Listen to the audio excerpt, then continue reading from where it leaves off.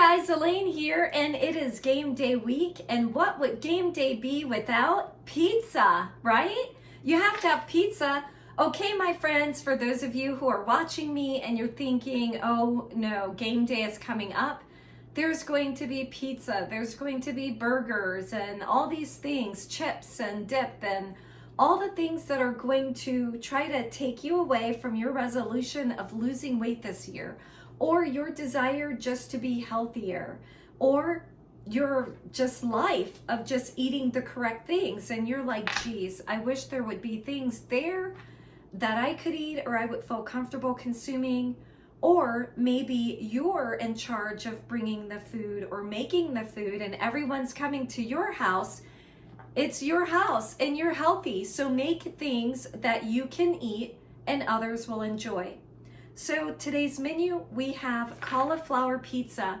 And I know if there are guys watching me, they're like, oh, there is nothing pizza about cauliflower, okay? Nothing. I get it, I got it. I'm gonna try to make it where you might say, you know, cauliflower is okay. So we'll see.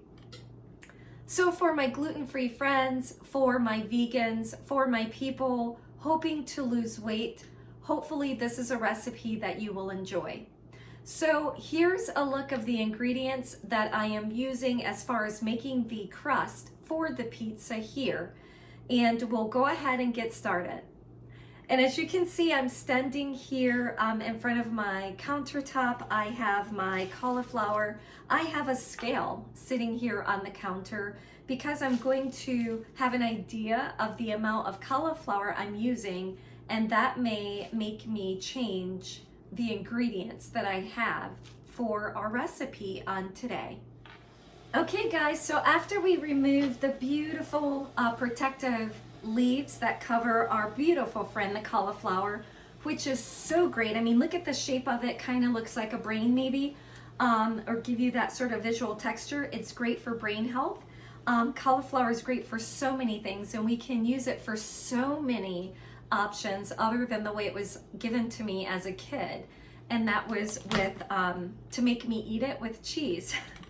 But so many things that we can do with cauliflower, from cauliflower wings to, as we're about to do today, use the beautiful florets for a pizza crust. Once the leaves are removed, we can just simply and easily peel away at the florets that are there. So I'm just gonna do this really quickly. We'll get our cauliflower weighed, and we will go from there. Okay, great. So that size cauliflower, if you saw that head, that puts me right about where I want to be as far as my crust. I am just at about 2 pounds, so I'm looking to have anywhere from about that pound to half, not quite more than 2 pounds, but I'm really right there. But as I kind of modify these guys, kind of maybe cut some of the edges off that are just a little bit tough, I'll most likely be right within the range that I want to be. So I'm going to go ahead, clean these up, rinse them off, and in this little colander, I'm going to place it right into my pot of water on the stovetop and let these guys start to steam. So once we get everything kind of paired and ready, I've already measured my container so I know its weight. I'm then going to place it onto my scale, and that gives me my weight. I am about 1.75 pounds of weight for my cauliflower, and that's right around the range that I want to be. So anywhere between 1.5 pounds to upwards of 2 pounds. So I'm right in the middle. If once I see my mixture as I start getting it together, if I think I need to add more flaxseed or more seasoning because of the weight, I will definitely do that. But right now, between that 1.5 pounds to 1.75, we're in a good spot. So we're gonna go ahead, take this and place it onto the stovetop. And a lot of times what I will do, just to kind of help that steam process, is place a cover over the top to make sure it's getting steamed quickly and fast.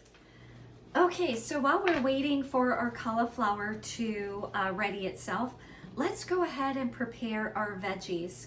And so choose whatever you like. I know here we like onions, so I'm gonna slice up an onion here. Maybe you're doing a themed pizza or something like that, but it is definitely your choice. And since I'm just making one pizza at this time, and I like for everything to kind of be fresh, I'm going to make enough of what I would put onto one pizza. I do have a baking sheet here. I covered it with parchment paper, and we will go ahead and kind of get our veggies that we are going to put onto our pizza here. And when you're making something, just kind of eyeball it. Does that look like enough for your single pizza?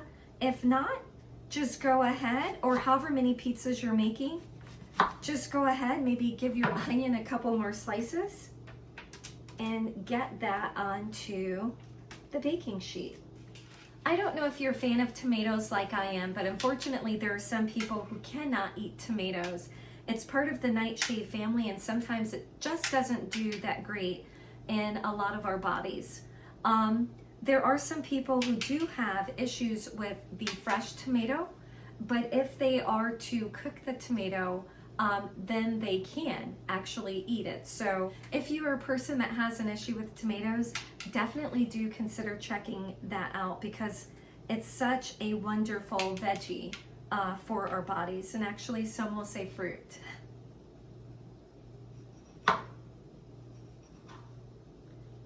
You can also decide how thin or thick you slice your veggies for your pizza. There are times I love it very thick, and there are times I just want just an ever so thin slice of my tomato. Here's where I can hear my son screaming in the background. Do not do that to my pizza. My friend, the mushroom. So it's interesting how he may scream that, but a lot of times when he eats it, he says, "Mom, it's really not that bad. I really like that." And of course, being vegan, a lot of the foods that I do make has mushrooms in them. And so he either doesn't know it, but he likes it.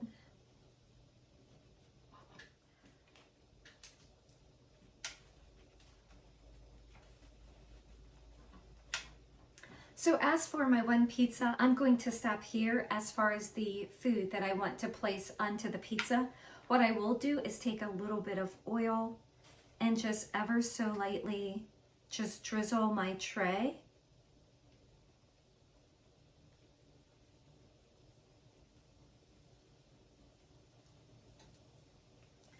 Now I can hear my brother screaming, "Don't do that. He doesn't eat oil." And you don't have to do it. Of course, the olive oil is just going to bring out some wonderful flavors in your food. I'm going to take just a little bit of oregano and give it a nice little sprinkle.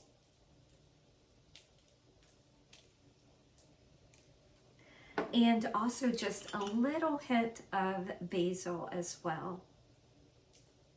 And of course, we cannot forget the salt and the pepper.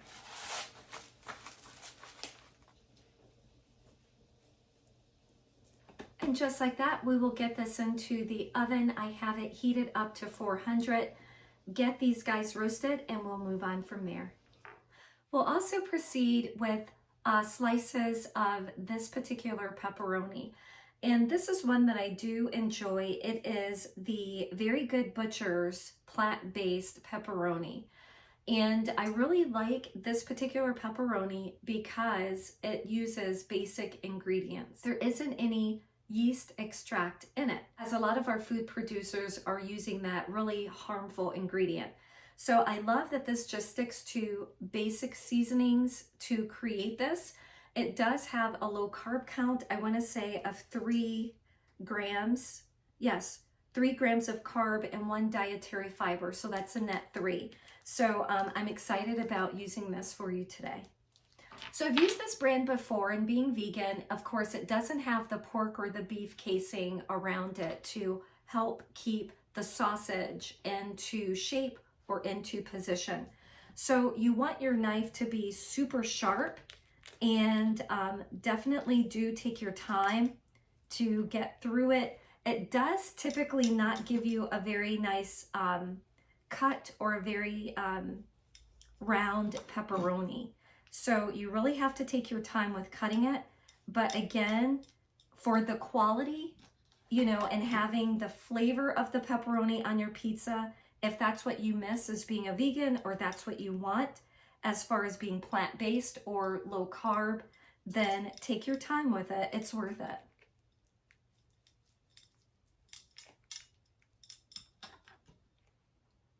Okay, so I think we did a pretty nice job with our pepperoni. We will set this on the side as we wait for our veggies in the oven to roast. Let's go ahead and start making our crust. Once the cauliflower is ready, and we have an idea it's ready when we can take a fork and pierce through that cauliflower really nicely and easily. So what we're going to do is then transfer our cauliflower into our blender.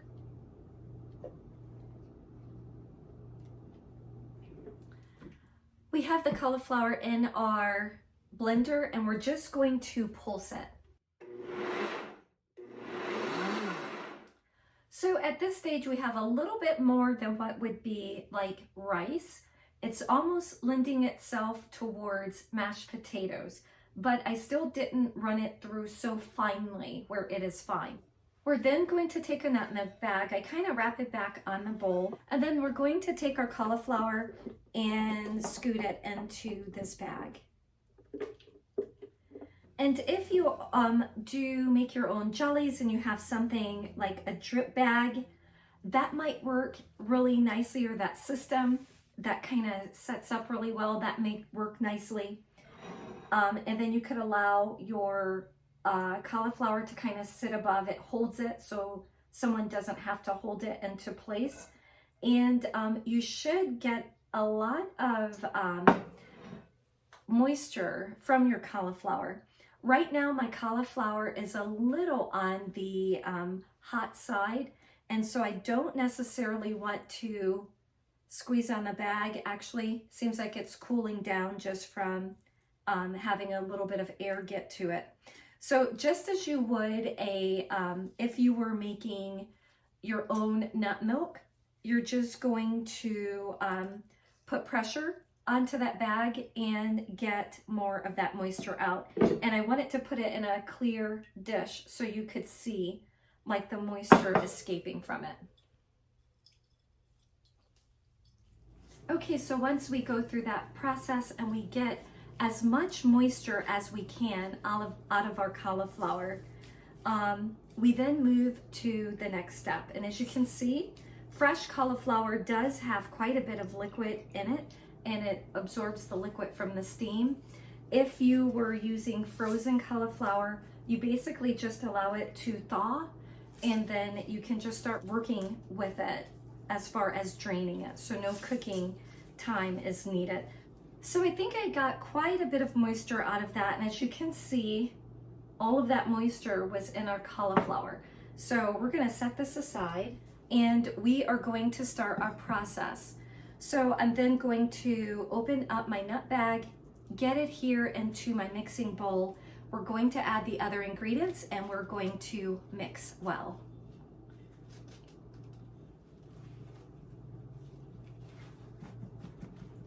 Okay, so this is what our cauliflower has been reduced down. It does almost resemble a dough right there in itself. So that's great. We're then going to take and add our half cup of almond flour. And that's for our gluten-free continuation. We're then also going to add a 1/4 cup of ground flaxseed. I do have 3/4 teaspoon of garlic powder. Also adding a 1/2 teaspoon of both basil as well as oregano. And I'm also going to add a 1/2 teaspoon of salt. And we are just going to mix our ingredients together. And when we're working with dough, if you feel like it would be better to use your hands, definitely do use clean hands to mix your dough to ensure that it's mixed thoroughly. Once we get our dough completely mixed together, we're going to take it and put it onto, and I have a pizza pan lined with parchment, and I'm going to get the dough onto our pan here. And then again, clean hands. You can use that to press out your dough. You can take another sheet of parchment and just place it on top. I always just opt for using my roller. The roller does a really nice job of just kind of laying it out, and then you can use your hands just to try to round it out. You can get it as thin as you'd like. Actually, one of the easier ways, instead of doing it right on your pan, is to do it right on your countertop. And then that way you have full access to that dough.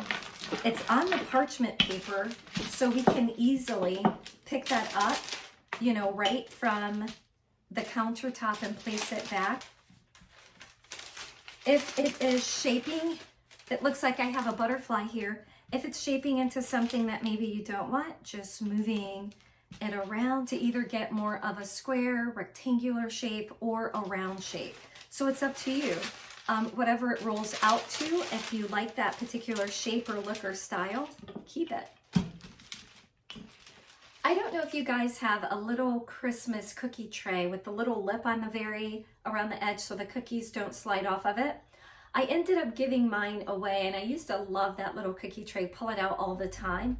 But something like that would be a great tray to use. You can wrap it in parchment, and you can press out your dough into that, get it around that entire tray so you get a nicely formed circle.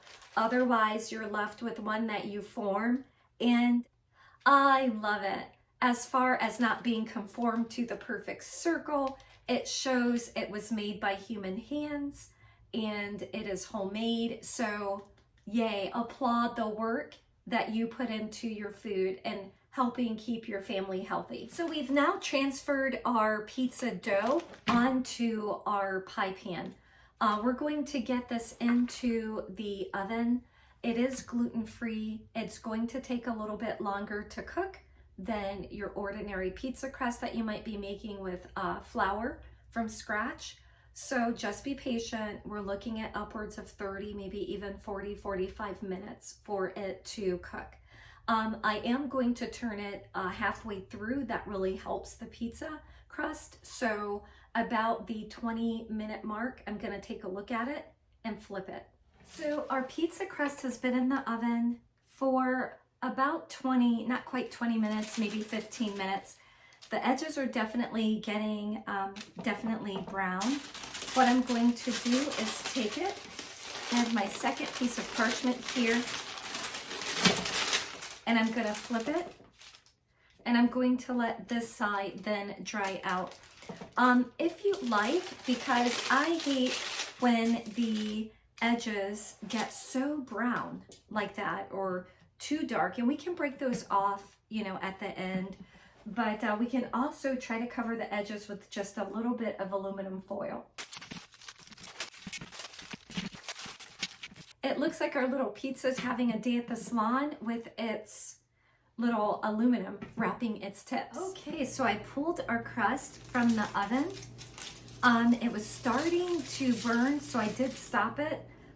Some of the edges are just a little crisp there, but it is nice and fairly dried out. The center feels just a little moist here, but that's okay. We'll go ahead and get started. I did remove the parchment from the bottom so that it had the perforated portion to help it cook on both sides. So that helps as well to cook it a little bit quicker than just having it on a baking sheet or a pizza stone, but the perforation helps. So we're just gonna go ahead and get started with our pizza. This is some homemade marinara that I made some time ago. And I don't know if you guys ever just get in the kitchen and play with your seasonings when it comes to tomato sauce, but I really like when I do that. It turns out some really neat sauce, but it always turns out a sauce that I don't have a recipe to. Since my edges are not quite as happy with the oven temperature, I'm gonna go ahead and take that marinara sauce to the very outside edge of it, just to kind of help protect it, because we're going to stick it back in the oven for about 5 or 10 more minutes. One of the other things that you can add to your pizzas just to give it a bit of flavor, oregano and basil. It is in the crust. We did sprinkle it lightly on our some of our veggies, but it's always nice. You can even take a little bit of vegan butter, but that's when we start adding in additional calories that we might not necessarily want. But brushing the crust with a little bit of oregano or basil with butter. And then when I was roasting vegetables, where were you guys? I didn't hear anyone give me a call or shout out, Elaine, stop, throw some garlic onto that tray. We love roasted garlic. Okay, so what I did was, while the crust was cooking, I got a little bit of garlic, and this is great for either the top of your pizza or right at the crust. I like it both ways. Today I'm just putting it right here as right here on the crust of the pizza. You can never go wrong with roasted garlic. Another item I'm going to be using on the pizza today is Miyoko's plant-based mozzarella. And it comes in a liquid form, you know, in the bottle, and you basically pour it onto your pizza. The interesting thing is that they do ask that you cook the pizza for about 5-10 minutes. I think they say 10 minutes on 500 degrees. So that's the other reason I kind of pulled my pizza out, because I know I'm using this today. But ordinarily, we would be using either just sprinkling nutritional yeast onto our pizzas or vegan shreds. They do recommend that the mozzarella not be poured too thickly on the pizza. And so I poured just a little bit over a half of a cup onto this. So we have that on our crust there. And then we're going to go ahead and continue topping our pizza. So spinach. I know some of you are probably saying, no, not for pizza. You can chop the spinach up into little shreds of spinach if that works for you. I just like the whole leaf spinach. It's going to reduce in its size anyhow. Our onions that we roasted, so we want to get those onto our pizza. I've never used the Miyoko's brand before by topping the pizza, so usually I've just poured it onto, and I've used it really when I've made lasagna. So this is the first time I'm using it for like a pizza. So we'll see how it handles having all of these ingredients on it. And then we're going to get some tomatoes onto our pizza. I probably should have put my tomatoes right on top of the spinach.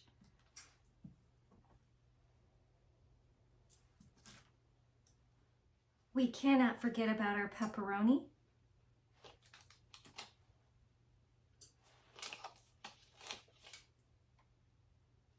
And I think we're going all Italian with this pizza. So we gotta get some olives on top of it. And again, this is your pizza at home. You do what you like in your home. Of course, if you're part of my heart healthy, trying to make it low carb or low fat type people, you want to keep as many veggies as you can on there.